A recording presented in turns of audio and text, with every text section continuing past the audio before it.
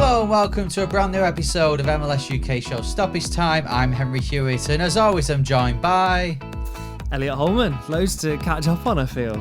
There is, yeah. We didn't do an episode last week because it was your birthday, so I think before we talk about all the news in MLS, I've got to ask, how was your birthday, mate? It was good. We're at the point where tomorrow Bryony's full term with the baby, so I'm kind of like not really focusing on anything else other than the baby and how it could potentially be here at any time. So birthday's taken a backseat, I'll be honest. But I had a beer and I had some steak and that's all I need.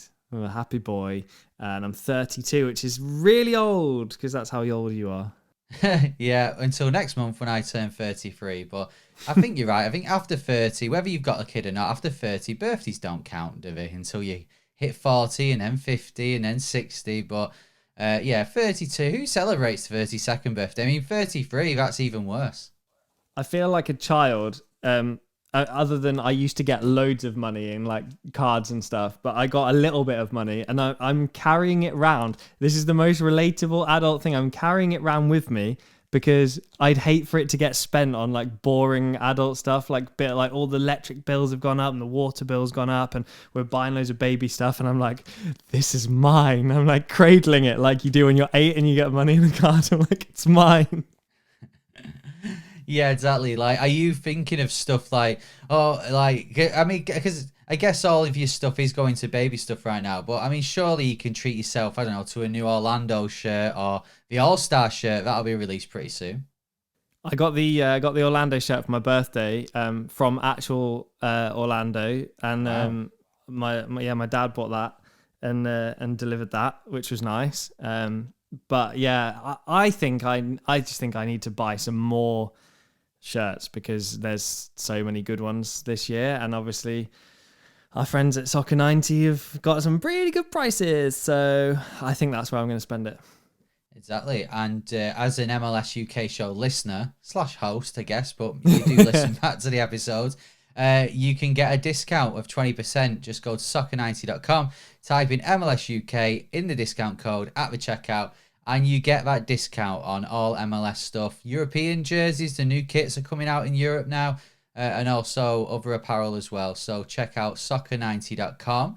And now we can look at the main talking points within MLS, which what happens usually is that we will record an episode and then something will get released. Some bit of news you can guarantee after we finish recording, within the next 2 or 3 hours, some massive story will be released.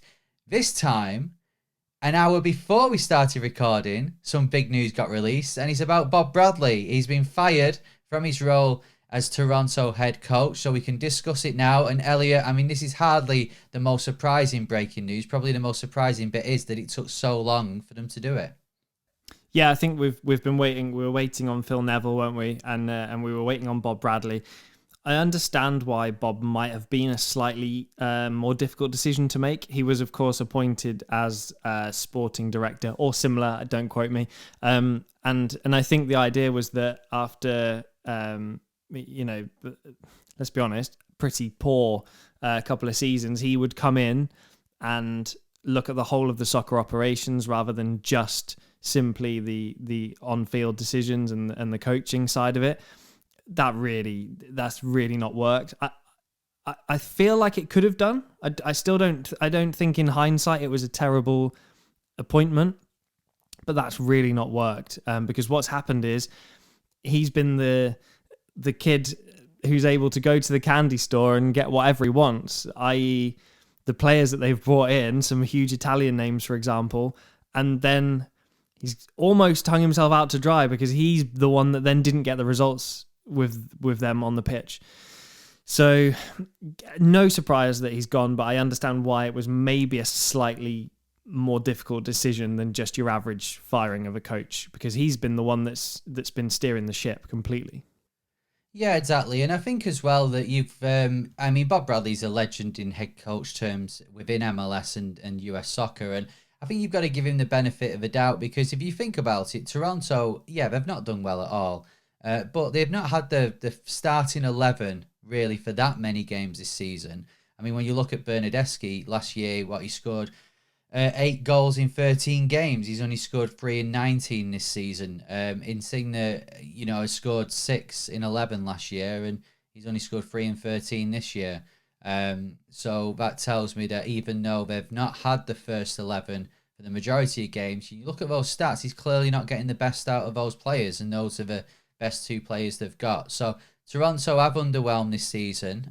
They've hardly entertained us, excluding 2-2 draws mid-season, a few months ago. And it's been very poor. So I think, I think we were discussing whether it be Phil Neville or Bob Bradley, and when Neville went, we were thinking, well, it won't be long now. I think Toronto, we beat DC, didn't they, a few weeks ago, so that kind of gave him a little bit of, well, I think it gave him a few more weeks, but I mean, since then they've not won in 5, and it's been pretty poor. But I mean, to me, when you think about last season, he lost the last 4 games, I think, didn't win in the last 5, so he's just continuing form from that, really. Yeah, and I know we talk a lot, or I talk a lot about betting on the show. Like, it's no secret that I own like a betting tips company. I think it's important to point out as well. I watched Toronto on Wednesday night, and I watched them on Saturday night, and both games in full. Cincinnati, tough place to go. Toronto started really well on Wednesday night at Cincinnati. They had a lot of possession. They created a few chances early on. But I have to say, and I've got the proof of it, I've got the screenshots. At 20 minutes in, when Cincinnati looked really, really poor, I lumped on, because you know what's going to happen. You've got a team that's really good, really solid at home, and Toronto, you just knew that they threw all they had out, and then you kind of knew that was it. That was everything. They'd spent everything they had in that 20 minutes and hadn't got them the lead, and it was just a matter of time. And of course, over the course of 90 minutes, it wasn't even a competition. Cincinnati are an incredible team, especially at home, but Toronto just a lost cause. And once they went 1-0 down, it's like they knew they'd seen the script before. Same at the weekend as well. So yeah, pretty poor showing from, let's be honest, a pretty decent squad. They've got some really good players. There's 3 or 4, 5 players that I'd love to handpick and have in my squad. So he certainly built a decent roster, but for me, the performances have been way, way off. Yeah, exactly. They've got good players in the squad, but maybe the depth isn't quite there. And you could argue that Toronto are on a journey to rebuild, but while you're on that journey, you have got to be winning games. And 7 points off the playoffs for Toronto is extremely poor. I mean, the writing was on the wall when stories started being leaked about stuff going on in the dressing room and how the players weren't happy. So it was only a matter of time. And I think they just need a refresh. I think the time of Bob Bradley has come to an end, and we need someone else, whether that be an Italian coach or whether that be another MLS veteran, who knows. So we'll have to wait and see on that one. Without a win away, which is, not unheard of, but after 10 away games, you kind of think the law of averages is going to give you 1. 6 defeats. Strangely, like loads of draws at home, but again, that's where you need to be winning your games. I just think it's been extremely, extremely average from a roster that isn't. And so therefore you have to back it up with results. Yeah, exactly. So let's move on to the rest of MLS UK show Stoppage Time. And what we're going to do today is kind of talk about a few of the interesting results of the weekend, mix that in with some of the news topics that has been around MLS in the last 7 days. Now, the only team that is keeping Toronto from the bottom of the East is Inter Miami, and they have announced, I don't know, I couldn't really make out whether they've fully announced it or whether it was a tease, but anyway, it seems that Sergio Busquets is off to Miami to join Lionel Messi. A good signing for you? Of course. Again, the Messi signing was obviously huge, and we immediately, ran in here and did a podcast straight away because it was massive news. Busquets, it's pretty much, for me, great, fantastic player, by the way. I'm a big Barca fan. Love that Busquets is coming to the league. For me, it's kind of on that. Do you remember when Wanyama signed? And it feels like that. It's like, oh, okay, yeah, decent, like nice. So I think it tells us a lot as well. What people aren't reading into this is that Miami, as we've discussed previously, left a lot of space on their roster for this season. And in the hope of course, improving the squad, and presumably always the plan was to get Leo in. Busquets comes in, and I think that tells you a lot about the rest of the space on the roster. There's not going to be, there was talk of a Suarez. You can't bring in Messi, Busquets, and then still have a space for Suarez or even Neymar. That was ridiculous, but Neymar was being talked about. I think this that's the level that they're going to operate on outside of this Messi signing, and that's basically the level that the rest of the league is operating on as well. Wanyama, Busquets, Nani, the Italians going to Toronto. I think they're all sitting at a pretty similar level at this stage of their career, I should point out. Yeah, exactly. And, I think this new sort of Inter Miami, they've been talking as well. Rumours are that they've already spoken to Tata Martino, former Atlanta manager, of course. So he's worked with Josef Martinez. So, I think that fits as well. And I think it fits because he's, managed Messi. And, I think the Busquets signing, I think is a solid signing. I think you can... we've seen before with a few MLS teams and a few teams around the world where you kind of just put in world-class players just for the sake of it and don't quite work out. I think Busquets has worked with Messi before, and also I think he's a sort of player to, he's got a lot of experience. Players will adapt around him, and he can be sort of an unsung hero, really, for Inter Miami. Hopefully he will be a success. Hopefully he won't be like sort of a Douglas Costa who who doesn't really hit the heights of what we expect him to. So it's interesting times. It's very exciting times for Inter Miami. At the moment on the pitch, as I said, they are bottom of the East, and they got beat 4-1 to Philadelphia at the weekend. At the moment for Miami, because they are in this limbo period where Messi's about to come, Busquets is about to come, potentially Martino is about to come. So they're kind of in a period of, well, we're just waiting for them and just get by until they arrive. But are they playing a bit of a dangerous game? Because let's face it, when Messi comes, it could end up being that Miami need probably on average like 2 points a game to maybe get in the playoffs. So it's not going to work out for them, is it? No, it's not. This is the problem. That there's an issue where the players that are free agents in Europe that are coming over are only available in July. So therefore you're playing over half your season before they're available, and then it's a rescue mission. Now, looking at Miami's, I'm having to look because I'm a geek, but I'm not that much of a geek. Miami haven't drawn a single game this season. Okay. They've lost 13 games. Their record in their last 5 is L. Like they're just not in a good place right now. But there's a lot of games they've lost, especially early on in the season. 1-0, 3-2, 1-0, 1-0, 1-0, 2-1, 1-0, 1-0, 2-1. They were so close. If you turn them into draws, it makes this Messi mission actually doable, but I think they're at a point where it's too far gone. To have not drawn a single game and to have lost that many, but quite narrowly, I think that's going to be the difference, unfortunately. Yeah, exactly. I think this season is probably done for Inter Miami. They're in the semi-finals of the US Open, so maybe that will work out. Maybe a win in the US Open Cup could do something. The Leagues Cup, I mean, Messi is rumoured to be having his first game against Cruz Azul on the 21st of July, I think. So maybe he could impact that.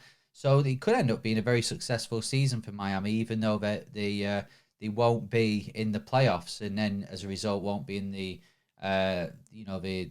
World Club Championships the season after. But there's a lot to look forward to for Miami. I think for Miami fans, it's just about get through these next few weeks, and then in July it'll be a lot rosier. A lot rosier than it was for. Did you see this? The fan as well. The last bit on this is the fan who said he travelled 2,000 kilometers to see Lionel Messi against Philadelphia. He can't be that much of a fan if he didn't realise that he wasn't playing. A bit of an own goal from this guy. Did you see this? Yeah, I don't understand. I mean, I get it. It's been like a month nearly since it was announced. Maybe if you're just purely doing it for Messi, you're thinking, right, well, here we go. He's not there yet. He's in Rosario celebrating his birthday. He's not thinking about MLS yet. He's not thinking about Miami yet. Luckily, he hasn't got to think about a relegation battle. But yeah, that's somebody who needs to do a little bit more research. Right, moving on to our next game we're going to have a look at from this weekend. And I feel there were two big shocks this weekend. We're going to talk about DC in a moment, but the other one was Vancouver going to LAFC and winning 3-2. LAFC still find themselves in second, level on points with St. Louis in the West. But I feel the last few weeks, the last month or so, for me, it's shown how difficult MLS is, because before that, you'd look at LAFC and think, potential record points tally. Are they ever going to lose a game? We were praising them so much. We did our gradings and they were very high in that. Since then, they've just had a few defeats. They lost against Houston as well. Is this showing how difficult the league is, or LAFC just sort of faltering a little bit? Well, let's not forget that you say they lost against Houston. They lost against Houston twice in a few days. It was back-to-back defeats, one away, one at home. For me, the West is not where it's at right now. Seattle have had some really poor results at home. Started really strong, of course. LAFC, 4-0 drubbing of New England early on in the season, and you're like, yeah, they mean business. I'm not sure they do. Heavy defeat to Houston. Vancouver, I know it was tight, but 3-2 at home. That's not the LA levels. And when you look at the West in general, St. Louis, LAFC, Seattle are in 8th overall with a win percentage of 40%. That's not Seattle. I can't see what's going on in the West at the minute. It's certainly not what we're used to. No, but there are some teams who are doing better than what we maybe expected. Vancouver in 9th is probably what we thought would happen to them, but this is a great victory, and I mean, a shout out for MLS UK's Ryan Gold. I think 2 assists and a goal. He was player of the match definitely against LAFC, and he can become a real star. I mean, he's already a star for them, but he can become a real star for them if he continues to put in these performances. Absolutely. Vancouver hadn't won an away game, by the way, this season. They go to LAFC and get their first win away. I like Vancouver. I love what they're doing. It's a place I'm desperate to visit as well. Like I just love it. I love Vancouver, but there was no way you tipped them to win this game. And Ryan Gold as well is a man in form. I feel like we need to get him on. We're super proud. What he brought to that game was incredible, and long may it continue. LAFC, have been toppled, and Vancouver are a team to watch. They are, yes. Moving into the East, back over to DC United, then beating FC Cincinnati. FC Cincinnati this is only their second defeat of the season. They got beat 3-0 to DC. I mean, what a performance! What a first half it was from DC. I mean, DC have been doing okay lately. They've been performing a lot better than what we were at the start of the season, but surely you couldn't see this happening, because I couldn't. Yeah, well, in April, do you remember we talked about there was a bit of a resurgence. Benteke had a fantastic game against Orlando. You've already rubbed my face in that one, but there was a run of results around April that turned things around for DC. Since then, been a bit here, there, and everywhere. A couple of defeats in the last couple of weeks, but this is like a real, statement of intent. Yes, it was at home. Cincinnati are still, 100% win record at home, but on the road, a loss to DC. I think that's Cincinnati's second loss of the season away, maybe. So it's not completely unheard of, but DC are certainly not a team that you want to mess with. I think they're kind of at that point where they have to kick on from this. We've talked about this in previous seasons. Like, they've been a bit all over the shop, and they're probably the biggest unknown quantity for me in the league right now, because they can show a really great performance and then drop 6 points in the space of a week. So I really want to see them kick on from here. Of course, we mentioned Ryan Gould. We've got Wazza in charge, at DC, and we want him to be successful. So let's hope this is a bit of a springboard. Yeah, and let's hope Wayne Rooney can take this his managerial form, into the All-Star game, which is about a month's time, where he will be head coach against Arsenal. If you want to find out more about the All-Star game, actually, listen to our Gillian Sakovic episode. She explains it quite well and explains everything that goes around it. So we're all looking forward to that one. Cincinnati, they remain top of the East quite comfortably, actually. So I'm sure it's only a blip for them. Right, we're going to move on to our last game we're going to speak about on MLS UK Show Stoppage Time this week, and it's one of the Texas derbies. It's Austin versus Houston. Austin won 3-0, following up a 3-0 victory against Dallas, actually, in the week. So it's been a great week for Austin, and definitely the best week of the season they've had, because we talked about before that they've faltered a bit. Few of the players not there from last year, but now they're coming back into the squad, and they're showing it. 2 excellent wins to push them up to the table. They're now into 8th. Yeah, last time we talked about Austin, it wasn't in a positive light at all. I'm just looking now, so 2, 3, 5, 5 wins since the start of May, which is much, much better. It's been a big turning point. Yes, there's been defeats, but 4-1 away at Sporting KC.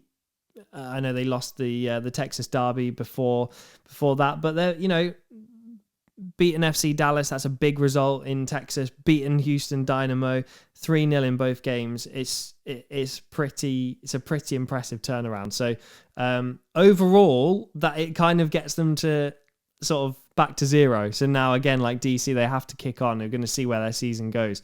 But it's certainly that's a massive. If you could win 2 games, you want it. If you're Austin, if you win 2 games, you want it to be against Houston and you want it to be against Dallas. Yeah, exactly. And we've said before earlier this season that the defense were kind of letting them down a bit. They weren't so solid. They've just had 2 clean sheets in the last 2 games. Also, Ethan Finlay and Jesse Zardes scoring in both games as well. So if they can continue that, especially Jesse Zardes, we know how good he is. We know the experience he's got within MLS. If he can continue that goal streak, then yeah, Austin will move up the table. But they've got a while to go yet before they get to Houston. I know they lost, but they followed up. They had those wins against LAFC. They beat San Jose 4-1. Hopefully this is just a blip for them, because I'm quite like seeing Houston in 4th. They're in the US Open Cup semi-final as well. It's turning out to be a really good season for them. Yeah, they're one of those that we haven't really seen huge success from in our time, in the 5 or 6 years that we've been doing this. So I agree. I was enjoying it, and their home form as well. Early on, I've mentioned it previously. Their home form was fantastic. They've since lost a game at home, which is almost a shame. But I'm trying to think who that was against now. Seattle. They lost at home to Seattle. So yeah, a little bit of a shame, because they had a real run going in it. It was looking like a really tough place to go, which it hasn't really ever been. But yeah, I agree. It's really nice to see them doing well, and I want them in the playoffs, definitely. Yes, exactly. It's just a shame in the Leagues Cup that Orlando are playing them at home and not having to travel, because then we could guarantee that Houston would win that, of course, with our home form. Right, we're just going to round off a few bits before we leave. A few news stories that involve us here in the UK. One of them may be a sort of a loose link, but I'm going to use it anyway. But the first one, Charlotte have brought in Scott Arfield, of course, following Ashley Westwood. He signed from Burnley early in the season. A bit of some more MLS UK sort of interest in that. I know Scott Arfield plays for Canada, but he's still born here. So he's just come from Rangers. I had a look, actually. To say he's 34, he actually played the most games in a season last season than he has in previous seasons for Rangers. So he's still got something in him. Could be a good signing for Charlotte. Yeah, fitness not an issue. Really, really good point you raised there. For me, I like it. Charlotte know exactly what they're doing. It's kind of the St. Louis. I say the St. Louis model. Charlotte have been in MLS longer, but we've made a lot about how St. Louis haven't got huge names with huge MLS experience. This kind of feels like a Charlotte signing, doesn't it? From the ones they've made previously. To be honest, I think there's a couple of players that have left Burnley in the last couple of weeks that I almost expected to go to Charlotte as well, just because of it just seems like a really good fit. But yeah, I think it's a player that's not going to play. You're not going to play at Rangers at the age of 35, 36. And it seems like the age of 35, 36 is absolutely suitable for MLS. That's what everyone's saying at the minute. So yeah, I'm excited. The more UK we get in MLS, the better. Well, how about this for a link? So you say there that a few Burnley players have left, and you'd have thought they'd maybe gone to MLS. One of those could be Ashley Barnes, who has signed for your Norwich, replacing Teemu Pukki, who is rumoured to be off to Minnesota. There you go. Reynoso was back at the weekend. Attacking. There's been a lot of stuff said about Reynoso so far this season. Of course, he was suspended for a bit of it through not turning up to training. He's back now. Could you see Pukki and Reynoso having a bit of a partnership up front for them? Mate, honestly, in my heart, I've been waiting for this. I've been waiting for it so long. Ever since Pukki said he was going to leave Norwich, wasn't going to renew his contract, and he said he fancied a different challenge. I know I'm biased, but I couldn't see a better fit for him than MLS. I'm actually surprised. I think he stayed at Norwich a little too long. I think there's Premier League teams that should have taken a chance on him. I genuinely think he's good enough. He hit double figures even in the seasons that we were rock bottom of the league with a terrible squad. He was still banging in goals. I think someone should have taken a chance on him. But once you go down and you get another year older, 2 years older, MLS, perfect fit for Teemu Pukki. Honestly, it's going to happen. We've been waiting for it to happen. There was no news, no sources. I just knew in my heart a new challenge meant MLS. It's a perfect fit for him. If it's Minnesota, it's Minnesota. I kind of knew it wasn't going to be Orlando. That would be too perfect. But I actually think it's a fantastic fit. I really do think it's a fantastic fit. And I think he'll be an absolute menace in MLS. I know deep down you actually agree with me as well. It'll pain you to say. But I think he'll be incredible. I really do. Yeah, I think he'll be a good player. I think you're looking at the kind of, a few of the players that St. Louis brought in, up front. I think he's that sort of similar to them. Of course, coming from Finland, I don't think going to the Saudi League was ever an option for him. Very different climate over there.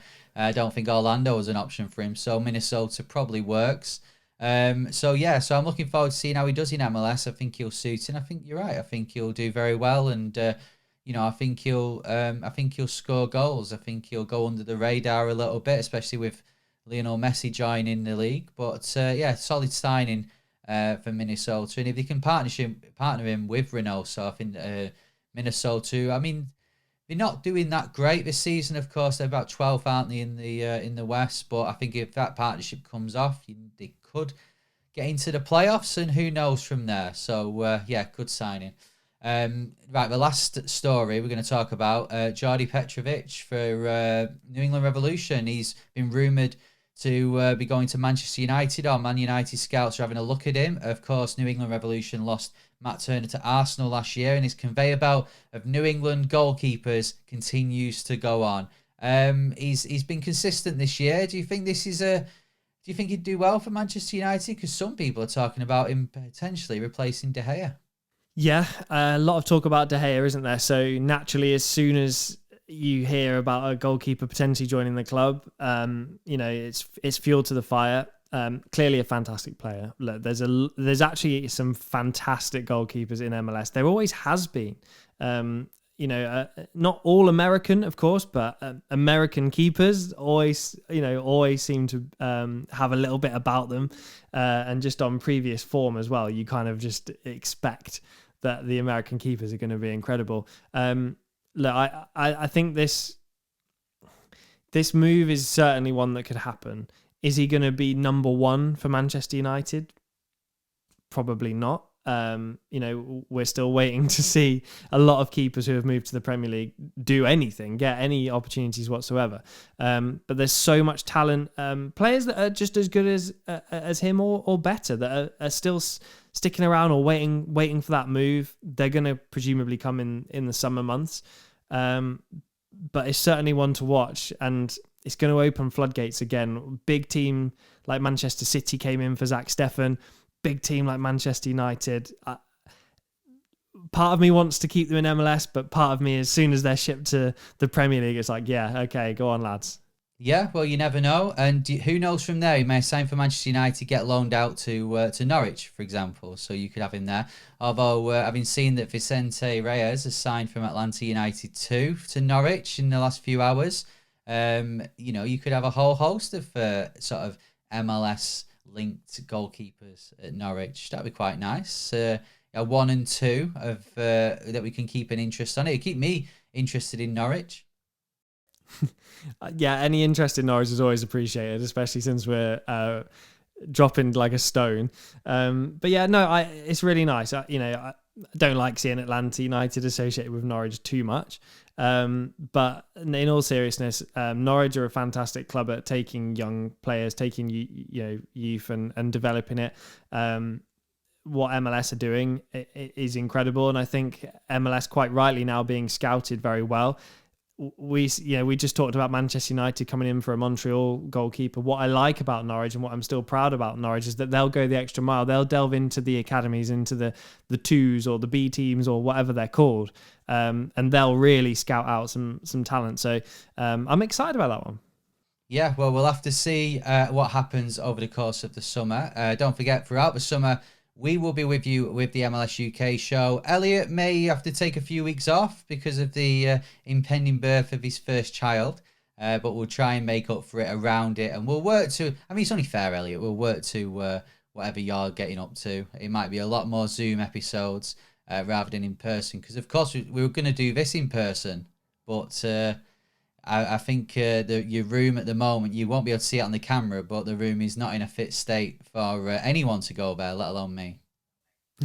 Boxes and boxes of baby stuff, unfortunately. Moses baskets and the high chairs and all sorts. Yeah, ridiculous, but it's happening. I've got Leagues Cup to look forward to, so hopefully I'll just be some late nights, me and the little one, chilling, watching Leagues Cup. And the due date is actually when the All-Star game is, so we'll see how we go.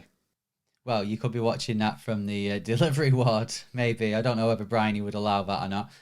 We have actually had a few questions come in. One about the Leagues Cup from you guys, from our listeners. We will be answering those over the next few weeks. We've a very bumper episode of Stoppage Time this week, so we've run out of time. But if you have enjoyed the episode, then please show us your appreciation by leaving us a rating on your podcast provider. But Elliot, there's one rule and one rule only. LA Galaxy style. Remember when they were good? Throwback. 5 stars only, please. Thanks. If you're if you're watching on YouTube, I should say, then please subscribe, click the notification bell, and like the video as well. And don't forget to follow us on social media: Twitter, Instagram, TikTok. We're on them all at MLS UK Show. But for now, thanks very much for watching. Thanks very much for listening. I've been Henry Hewitt. And I've been Elliot Holman. Welcome, Timu Pookie. See ya.